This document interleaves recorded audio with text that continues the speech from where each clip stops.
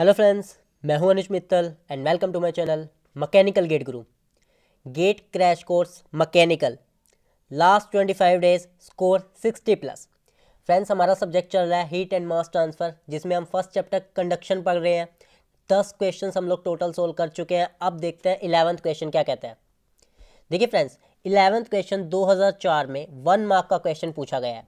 Question बहुत simple है। क्या कहता है? वन डायमेंशनल अनस्टेडी, ध्यान रखिएगा, अनस्टेडी मतलब जो प्रॉपर्टीज टाइम डिपेंडेंट होती है, जो प्रॉपर्टीज टाइम के साथ चेंज होती है, वो unsteady state heat transfer equation for sphere के लिए with heat generation of rate Q can be written as. 4 option आपको दे रखे हैं। यहाँ पर आपसे पूछ रहा है कि one dimensional unsteady state heat transfer equation for sphere के लिए और heat generation at the rate of Q can be written as, उसे हम कैसे लिखेंगे?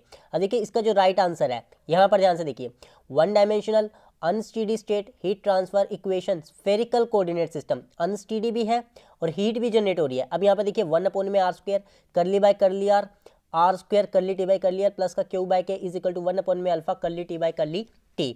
यहाँ पर ये क्या है? Conduction heat transfer term. ये क्या है? Internal heat generation. जो सिस्टम के अंदर, स्फीयर के अंदर अगर कोई इंटरनल हीट जनरेशन का कोई सोर्स है तो उसे वो क्यू बाय के, और ये क्या है हमारा? Unsteady term 1/α curly T by curly T.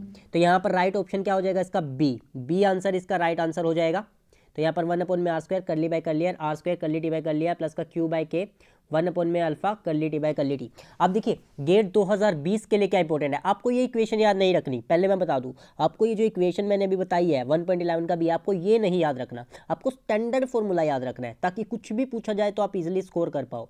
यहाँ पर देखिए, स्टैंडर्ड फॉर्मूला मैंने मैंशन किया है, वन डायमेंशनल टाइम डिपेंडेंट, ध्यान रखिए, वन डायमेंशनल है, time dependent heat conduction equation. इसको रिटर्न कैसे लिखा जा सकता है? ये है इसकी 1/r की पावर में n curly by curly R raise to power में n curly T by curly are plus का Q by K rho C by K multiplied by curly T by curly T. आपको ये equation याद रखनी है friends, इस equation को याद रखो। अगर आने वाले एग्जाम में वो आपसे कहता है कि रेक्टेंगुलर सेक्शन के लिए बताइए कि वन डायमेंशनल टाइम डिपेंडेंट कह लीजिए या फिर स्टेडी कह लीजिए, बात एक ही है। अनस्टेडी, सॉरी, टाइम डिपेंडेंट या फिर अनस्टेडी, बात एक ही है।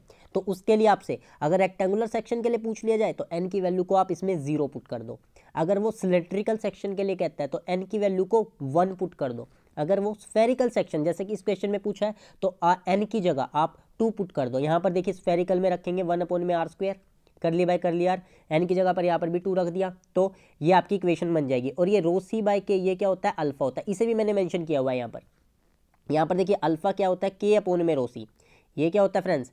के अपॉन में rho C alpha, where alpha is called thermal diffusivity and ability to transport heat through conduction. यहाँ पर होता क्या है फ्रेंड्स, जब आप किसी मटेरियल से हीट को कंडक्ट करा रहे हो तो वो मटेरियल जो है, वो जो आप हीट उसे दे रहे हो, वो उसे स्टोर भी तो करेगा ना, कि सारी की सारी हीट को आगे ट्रांसमिट थोड़ा कर देगा, तो वो स्टोर भी कर लेता है। तो आपका अल्फा क्या होता है कि जितनी हीट वो कंडक्ट कर रहा है, रेशो है कि कितनी वो कंडक्ट कर रहा है, कंडक्ट मतलब आगे भेज रहा है हीट को, और अपोन में कितनी वो स्टोर कर रहा है। इसकी रेशो को हम लोग बोलते हैं थर्मल डिफ्यूजिविटी अल्फा, और जिसे लिखते हैं के बाय रो सी से। तो ध्यान रखिएगा फ्रेंड्स, ये इक्वेशन आप याद रखिएगा। आने वाले एग्जाम में चाहे वो सिलेंडर के लिए पूछे, स्फीयर के लिए पूछे या फिर रेक्टेंगुलर सेक्शन के लिए पूछे, आपको n की वैल्यू रेक्टेंगुलर के लिए 0, n की वैल्यू 1 फॉर सिलेंडर, n की वैल्यू 2 फॉर स्फेरिकल सेक्शन। बस इस इक्वेशन को याद रखो, आपके एग्जाम में काफ़ी हेल्पफुल रहेगा।